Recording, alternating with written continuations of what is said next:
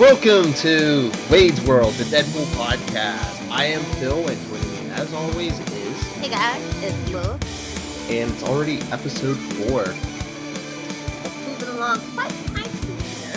That's right. So, today we're going to cover Deadpool. Well, first we'll do our top 10 list, and we'll do Deadpool issue 3 from 1997 with a dramatic read from myself and Lilith. Oh Lord, brace yourselves. She has to do the accent. It's so terrible. That's what makes it funny. So, our list for today in honor of Siren, our top 10 Irish inventions. Phil, what's number 10? Number 10. Like Letterman. Number 10. It would be the modern tractor invented by Harry Ferguson. Without that, there would be no songs about she thinks my tractor's sexy or any of that other nonsense from country music. Number 9 for me is chocolate milk. Yep, you heard it right. The Irish invented chocolate milk. Delicious. So good and so fattening. Only way to get me as a little kid to drink milk, to be honest. Oh yeah, Luca loves chocolate milk. I know. Number 8. Color photography was invented by John Jolly. Ooh, color photography. Thank you very much for the obsession with selfies. That's right. The Irish invented selfies. Essentially. Yeah. Number 7. Hypodermic syringe. Thank you. We can now have shots.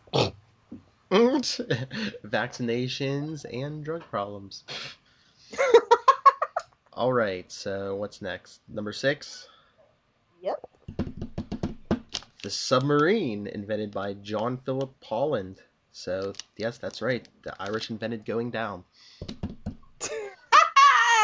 Ho, hey-o. Hey-o. Hey now. Number 5. The whiskey distilling apparatus. Where would we be without sweet, sweet whiskey? A lot of people wouldn't be married. Or born. Yes. All right. So number 3, the ejector seat, invented by Sir James Martin. Where would getting high and that cliche from every spy novel be without the ejector seat? Number 2. Wi-Fi. We couldn't be doing this podcast without Wi-Fi. Ooh, a modern invention. Mm-hmm. Shocking, I know. Only if you lick it. And number 1, Irish invention. Yes, and I know this isn't true. Kathy Ireland. Swing! Honorable mention, Guinness. So that was our top 10 list. Let's get into Deadpool number 3. Mm-hmm. Featuring Siren of X-Force. So basically, Deadpool's healing factor has gone kaput, and Black Tom Cassidy is involved, and so that's why Siren's here, because he's his niece, and she hates him just as much as Deadpool. Mm-hmm. Well, supposedly he's involved. Allegedly. No. I want to talk about Siren first. Siren isn't my favorite Deadpool love interest, obviously, but she's very interesting. Mm-hmm. She's very spoiler-esque for anybody that is listening that likes DC as well. Yes, she's the backstory just a little bit. Well, if she thought Tom was her dad the whole time, they were running around doing the crime sprees and stuff like that. Oh yeah. But he wasn't. I like her power set too. Oh, the scream. Yeah, Banshee's daughter, so makes sense. A Marvel knockoff of Black Canary. Of course you like her. Yes, I was just gonna bring that up. Yeah, but I like the fact that she uses her sonic scream for flight and hypnosis, and she also became the Morgan. I was really disappointed with that, actually, but what are you gonna do? But she's also been with so many teams, but most people just think X-Force, right? Yeah, later on she was in one of the versions of X Factor. Yeah. I like the miniseries Fallen Angels, though. I thought that was pretty good. Siren's pretty interesting, so if you don't know much about her, plenty to read about her. Fun fact, she appeared in Spider-Woman number 37. The Hmm. original Spider-Woman, Hmm. obviously from like 1981. It's got a long torrid history. So recommended reading that Spider-Woman issue and that original X-Force series from the 90s.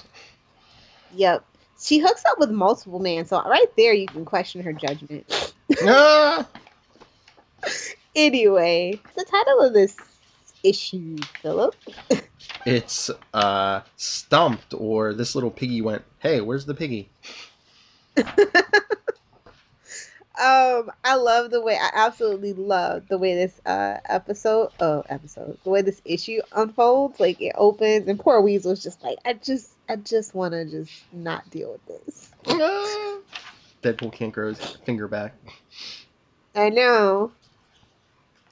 Does the costume look bluer to you, or is it just me? Oh, like the gray or black part? Maybe. Yeah, Yeah, maybe a little. so random. Ah.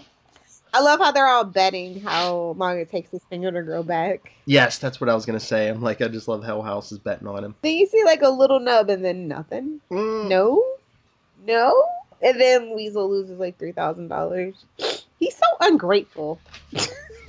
Who, Deadpool? I agree with Deadpool. No, Oh, Weasel. Weasel, yeah. And Dr. Robotnik's back. Ah. But yeah, no, Deadpool gets a glove sent to him, and it's supposedly from Black Tom Cassidy. I never really understood that whole thing about the name. I don't know. Yeah. Well, didn't he wear a lot of black? I don't. I have no idea where that came from. Like, I didn't have time to research it, but I'm gonna research it when we get done with this because it's driving me crazy. And I did. But that's messed up. How Yeah. he just sends him the hand with a little note attached. Was that the hand or just the glove? Just the glove. Because I believe in this, was it the second miniseries? Yeah. Was it Black Tom cut his hand off? Exactly. But yeah. Convenient plot point is convenient. And I know Black Tom had a long-term bromance with Juggernaut. Yeah. Like they were practically raising Siren together, and then that little trip to San Francisco. I'm not saying, I'm just saying. Siren has two daddies. Yes. I feel like we should get a little bit more Weird Al, but we never do. Mm. I like this interaction. This interaction was great. Wait, we should get who? You know I call her Weird Al.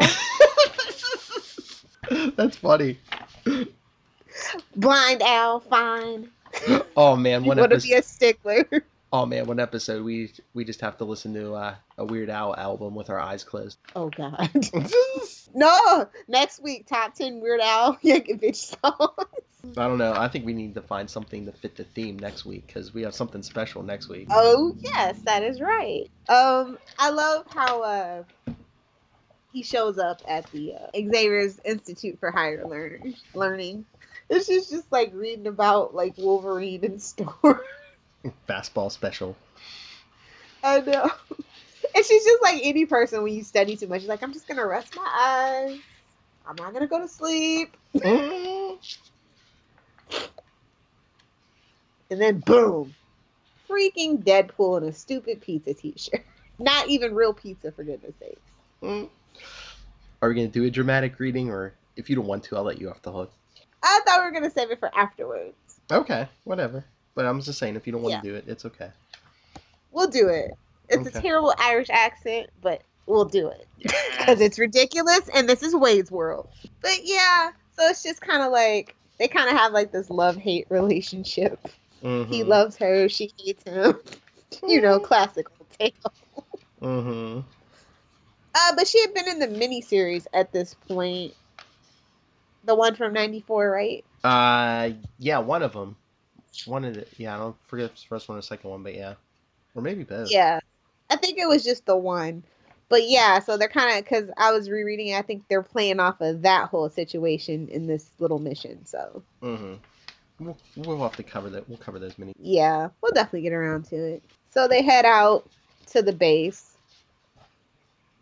If you can even call it a base. Almost. It's got almost a high-tech log cabin. Right? I'm like, where is this? In the mountains of Tennessee or something? Ah. It totally reminds me of Gatlinburg, Tennessee in the winter. Oh no, it says the Swiss Alps. First time he goes. This is not going to be the last time that he goes to the Swiss Alps, by the way. Like a recurring thing, actually. But yeah, it's not I black. love how she was fine, by the way. In that panel, it looks messed up. Where she's singing, and then you cut to the second little piece. Where's her head? The proportions are so off.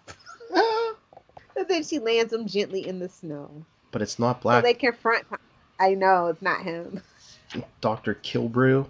What are we gonna do with these names? I know. It's like I know it's the last thing. Like some dank. That's like a dank beer maker or something.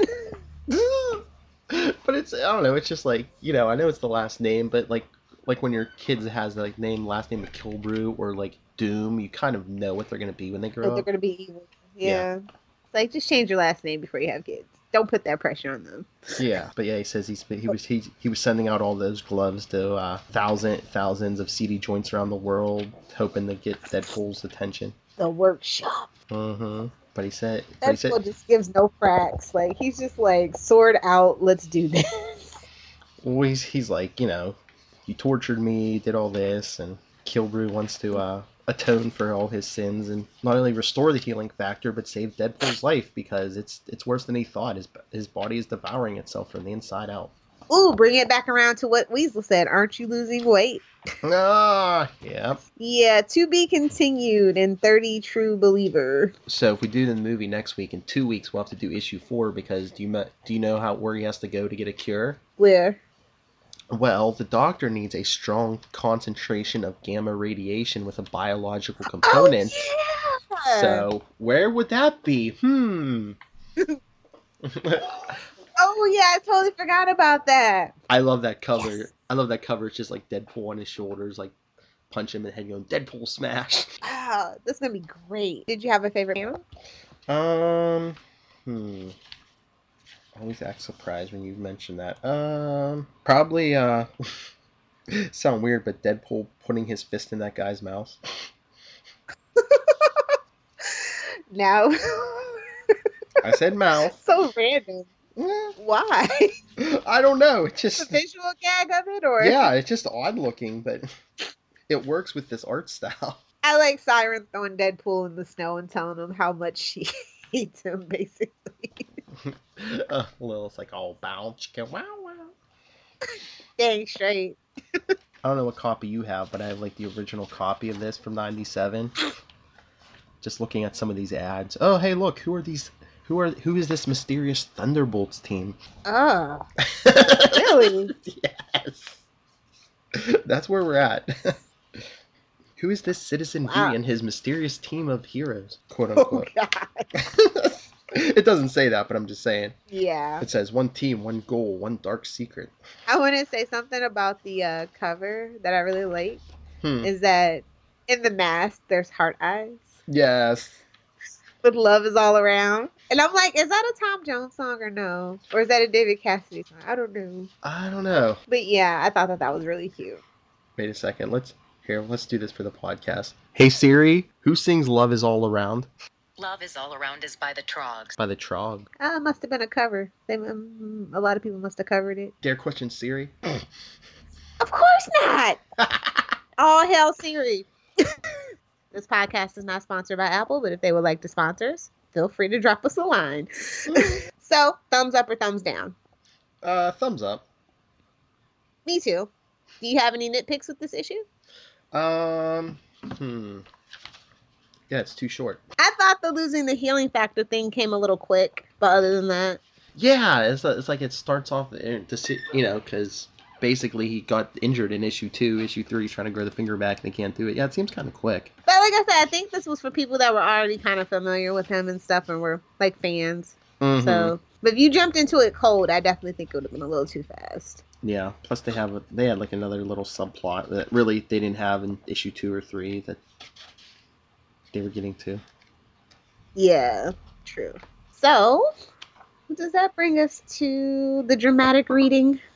I guess. Later, somewhere nestled deep within the Swiss Alps. That's what he said. Fine leadership skill, Teresa. Sneak off with one maniac in search of another without telling a soul. I'm cracked, but if I don't come, who knows what Deadpool would have done to Tom?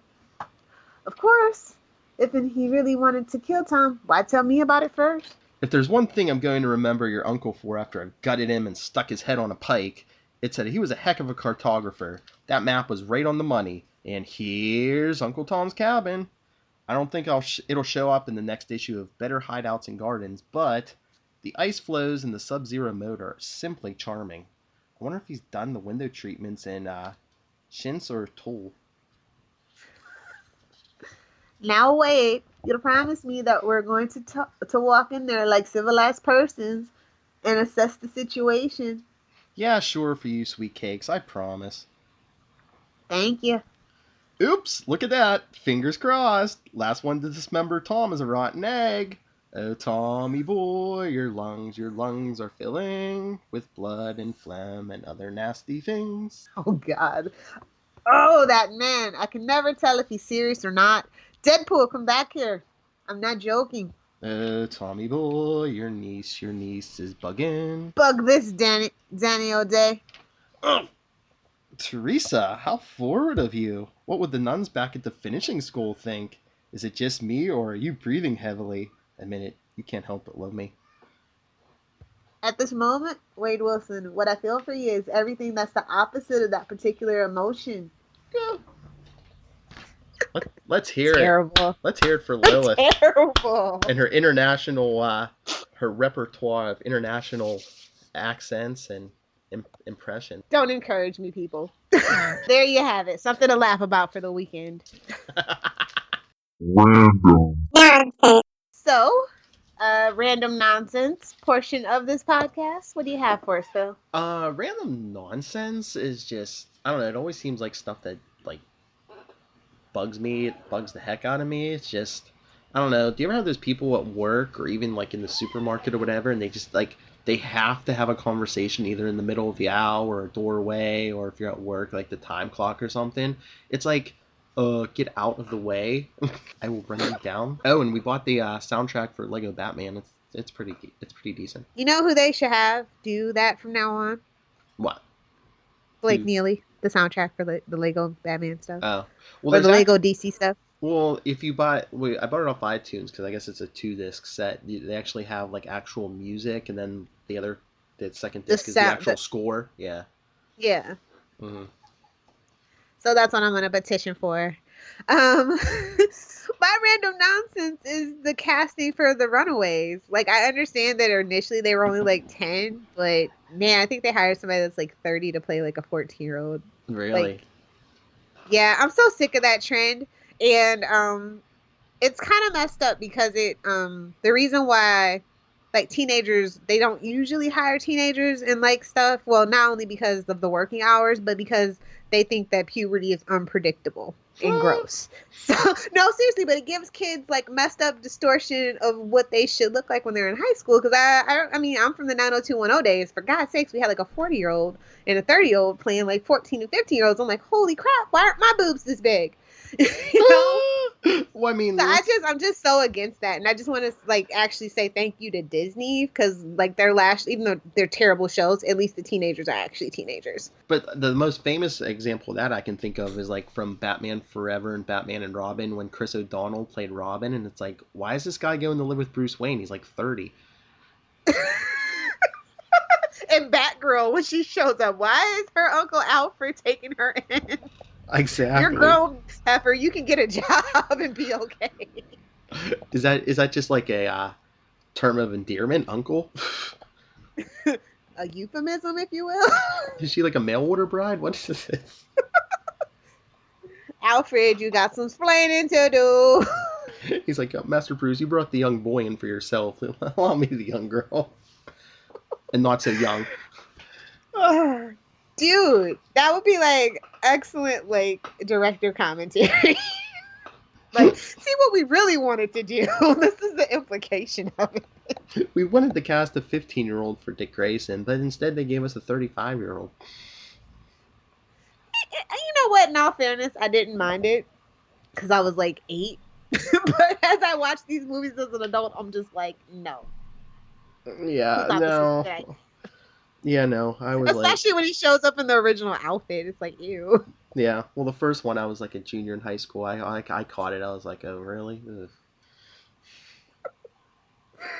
Oh, that concludes our random nonsense. But I also want to remind you guys to search out Iron Fist images. Some new ones just debuted. I'm really actually excited for Iron Fist and the Defenders. So, not so much happy about the Runaways, mainly because it's on Hulu. I don't have a lot of hope for it.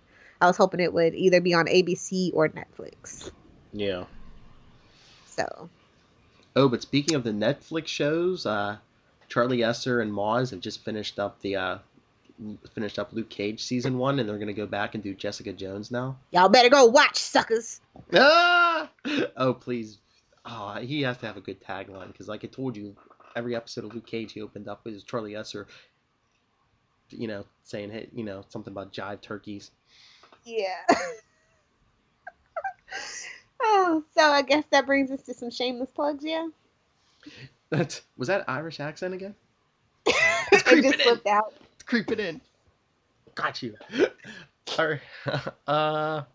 Well, hopefully you're downloading Nuff Said because you're listening to it right now. So download all the shows on Nuff Said. Nuff Said, All New Marvel Roundup, Super Connectivity, all the Charlie Esser Netflix reviews, this podcast, and give us all a review on iTunes. But you can follow us on Facebook. We're Wade's World, the Deadpool podcast, and on Twitter we are at Wade's World Pod. And Lil, You guys can find me on Twitter at Lilith Hellfire, discussing all things DC and Archie. To get into major fangirl or fanboy obsession, please follow me on anywhere on the social media sphere at Adventures in FG. Also, please be sure to check out my website, adventuresinfangirling.com. It's Black History Month, so I'm going to be doing little bios on like Vixen and Storm and of course Black Panther. So it's going to be fun. So come check it out. you can always email me, discuss anything Marvel or DC, nightwingpdp@gmail.com. On Twitter, I am at nightwingpdp. And if you love DC all as well, like I said, you can talk to me about DC, but check out Before the Bat and check out Legends of DC, where myself, Lilith, and a bunch of our friends discuss. And Charlie, let's not forget Charlie. I said a bunch of our friends. Charlie's not your friend? Yes, of course. Well, he's a force. But he's also on this. He's on this side of the pond too. Yeah, so. all this side of the pond. Now she's English. Okay. Yeah, Enough Said's own Charlie Esser, who dominates the feed, is also at Legends of DC. So check that out, and make sure you check out Channel 52, where Lilith and I review the DC comics of the week.